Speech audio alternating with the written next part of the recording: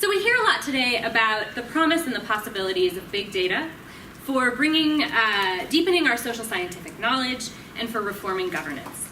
Big data is supposed to be a treasure trove of information about human behavior, one that will transform our understanding of our society and ourselves and will improve the efficiency and fairness of government.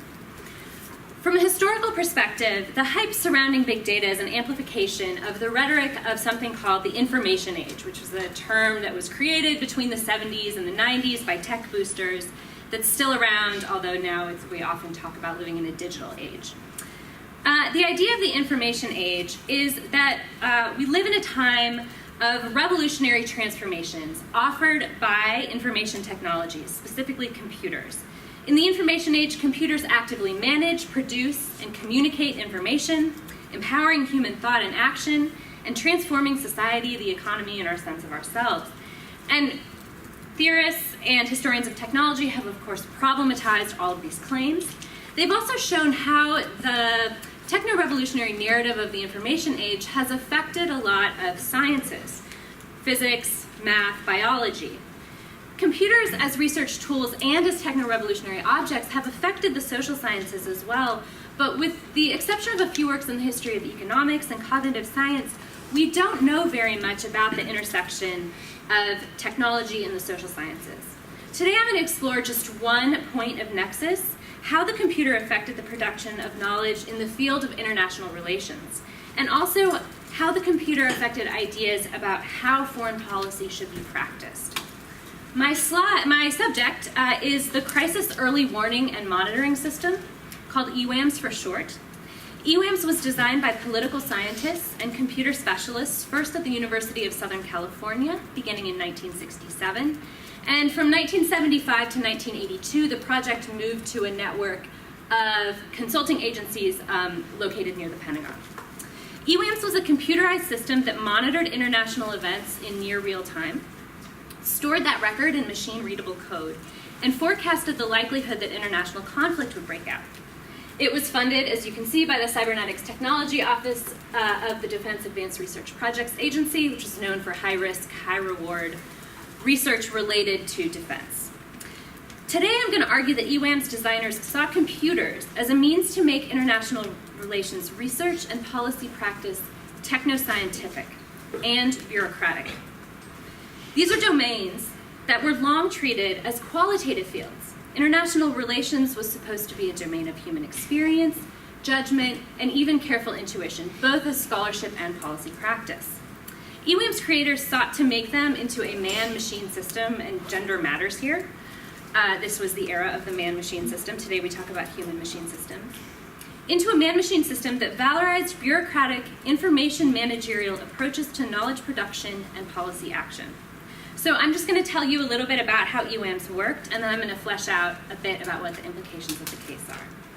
The core of EWAMS was its database, the World Event Interaction System, which was developed in the late 1960s by a French revolutionary historian turned quantitative political scientist, Charles McClelland. McClelland believed that lurking beneath the chaos of international events, wars, diplomatic snubs, treaties, and the like, lay patterns and correlations that would enable prediction. So to capture those correlations, he created a machine-readable database of international events. He and a team of graduate students pored over the New York Times for articles that reported any instance of international interaction. So they asked Laswell's classic question. Maybe can I advance? Maybe not. Okay, we'll go this way. Okay, who's doing what to whom when? And they created, they had codes for 160 countries plus the number of international organizations. It's actually 63 event categories, so things like agreeing, boycotting, attacking would have its own code. And so you could reduce a news story from the New York Times into, for example, the USSR denounces the USA on a particular date, right? So you've got this record of events. You can still use this record. It is housed in ICPSR. So you've got every interaction between any two nations over time. By 1982, Weiss had 120,000 entries covering every day since January 1st to 1966. Now you might be asking yourself questions about why the New York Times, etc. They realized this was a limited collection, but it was a start. So by converting textual accounts of international relations into a string of digits, recorded on punch cards and magnetic tape, Weiss made a staggering variety and volume of events, arguably incommensurable events, commensurable. EWAM's political indicators, which were statistical indicators, statistical measures of the potential for future crisis, is what made this collection of events meaningful.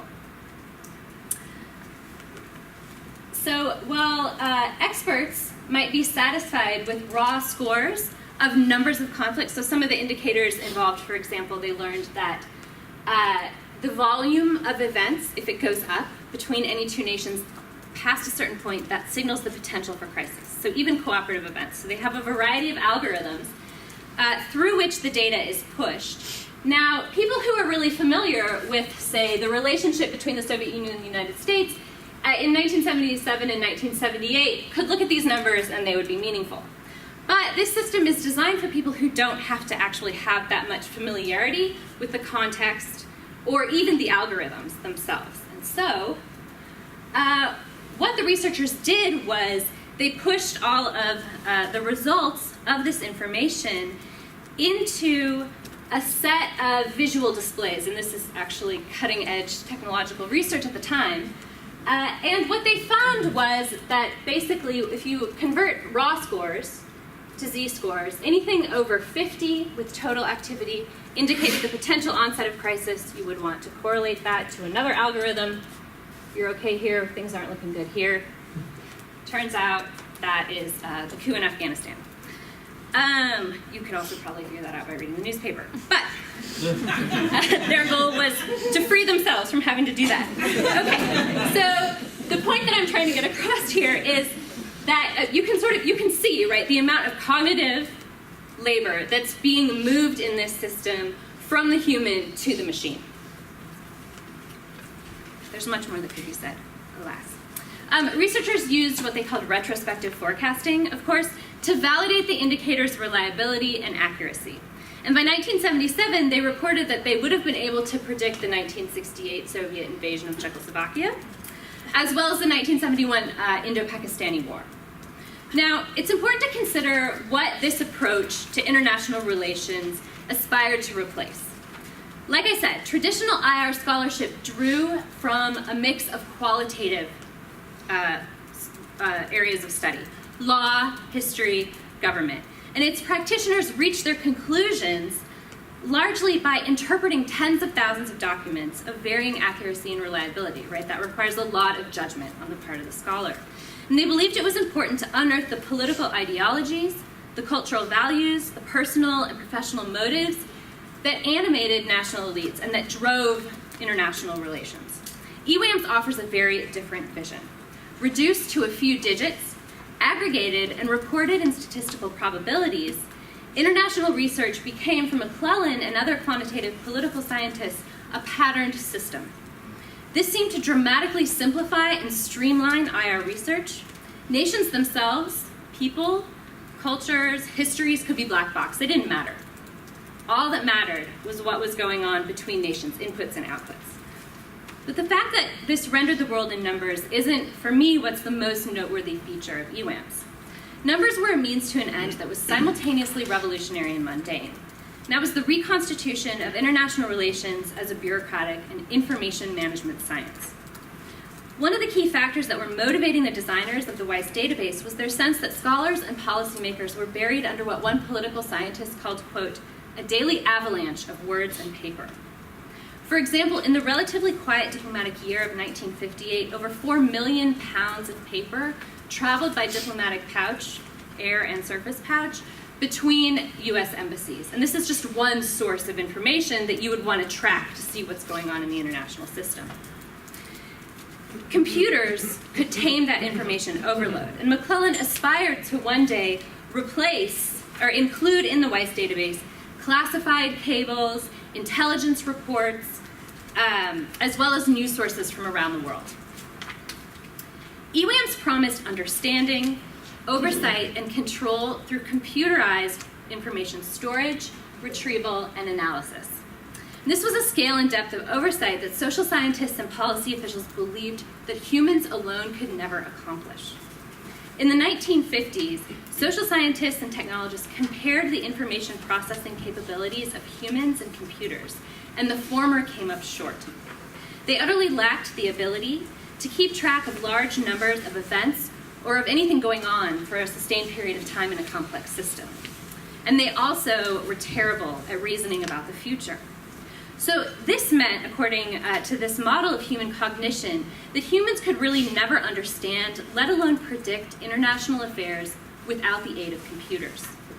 As one of the database developers explained, with 25,440 possible dyads, that's 160 times 160, those are just the nation's relationships with each other, it's literally impossible for human beings to monitor each dyad without some mechanical aid. So what they did here was they created a computer to understand a system that humans could never understand. By bringing computers to bear on international relations, EWAMS promised to relocate much of the cognitive work of political scientific analysis and national security decision-making into a machine.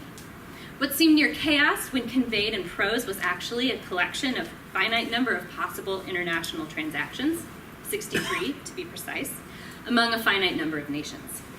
Humans enter the system at the end as users of the data, so if the data stream's going in, the algorithms, coming out with the crisis possibilities given to the analysts.